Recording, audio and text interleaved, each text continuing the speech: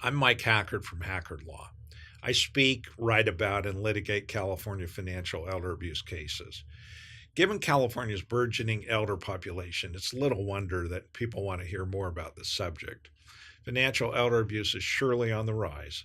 The legislature is gradually responding to provide greater remedies against those who commit financial elder abuse. The civil law concepts giving rise to financial recovery are fairly straightforward. We'll look at a case of undue influence that results in financial elder abuse. So, in an effort for all of us to better understand the nature of financial elder abuse cases, let's assume a set of facts. The facts that we're assuming reflect common scenarios in this area of the law. The elder, Dorothy, was born in 1931 in San Francisco, California. Dorothy married George in the early 1950s and settled down across the bay in Oakland. Dorothy and George had two children, a son named Bart and a daughter named Mary.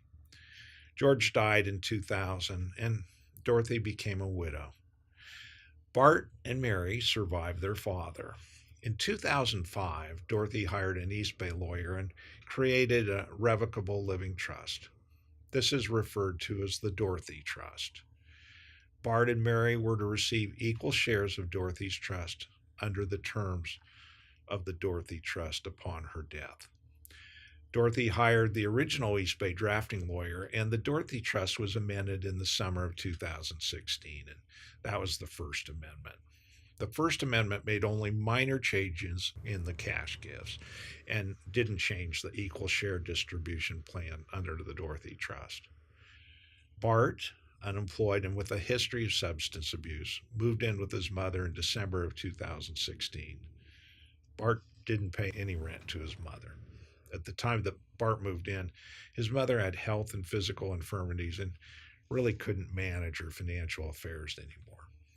Dorothy had cognitive issues that were affecting her memory. Dorothy became easily dominated and controlled by Bart, who now lived in her house. And Bart made it increasingly difficult for Mary to visit or to even call her mother. Bart isolated his mother from her friends who were in the neighborhood. Bart also kept Mary's children away from Dorothy, their grandmother. Bart made false and disparaging remarks to his mother about his sister, Mary. Then Bart took control over all of Dorothy's financial matters. Shortly after Bart moved in with Dorothy, she shared the contents of the Dorothy Trust and its First Amendment with Bart and with Mary. Bart was not at all happy with the equal distribution plan. In April of 2017, Bart took his mother, Dorothy, to a new Oakland lawyer to procure a newer revised trust. And Bart told his mother to keep the meeting with the lawyer secret. The new lawyer was unfamiliar with Dorothy and with her family.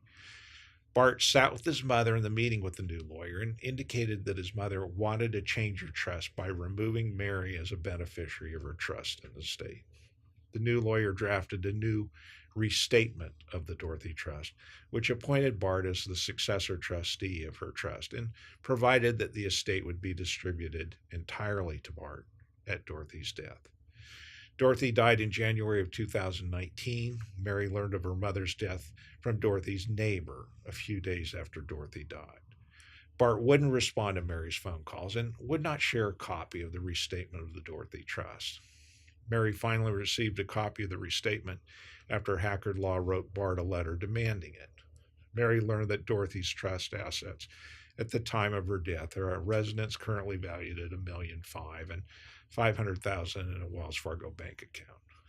Mary believes that there is strong evidence that Bart unduly influenced Dorothy to make the change to her trust that left everything to Bart. Hackard Law represents Mary, the plaintiff, against Bart, the wrongdoer, in an action against Bart for financial elder abuse. We also represent Mary in a probate action to set aside the trust. The actions are in the Alameda County Superior Court. The civil lawsuit is brought pursuant to the California Welfare and Institutions Code. Mary's allowed to bring the civil lawsuit as a person who would succeed to Dorothy's estate if she established undue influence by Bart.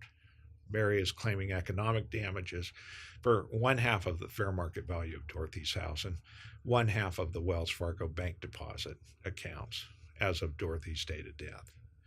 A jury will ultimately hear the civil case. The jury will ultimately also hear jury instructions approved by the trial judge.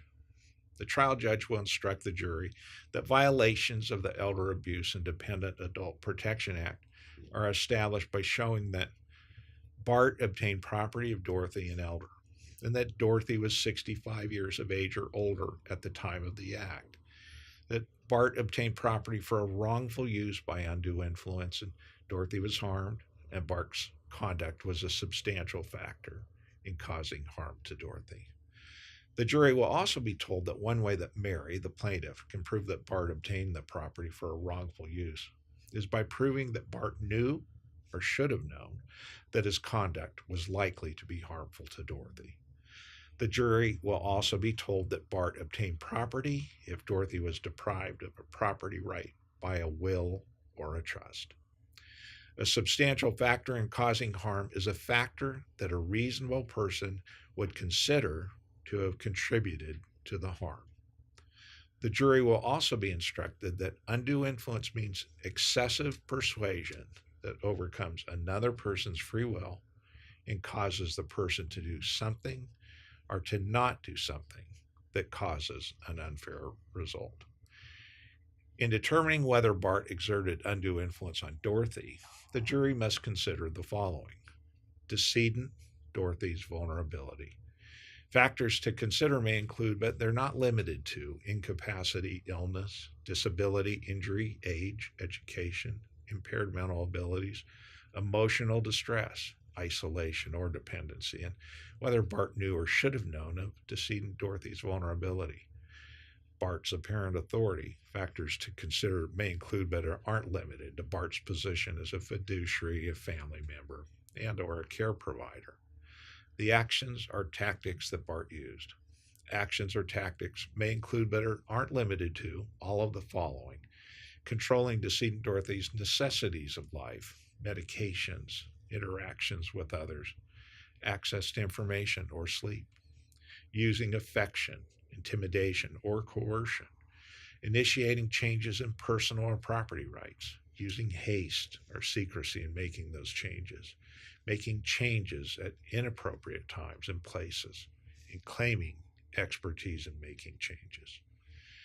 The unfairness of the result. Factors to consider may include, but again aren't limited to, the economic consequences to Dorothy, any change from decedent Dorothy's prior intent or course of conduct or dealing, the relationship between any value that decedent Dorothy gave up to the value of any services or appropriateness of the change in light of the length and nature of relationship between decedent Dorothy and Bart. Evidence of an unfair result without more is not enough to prove undue influence.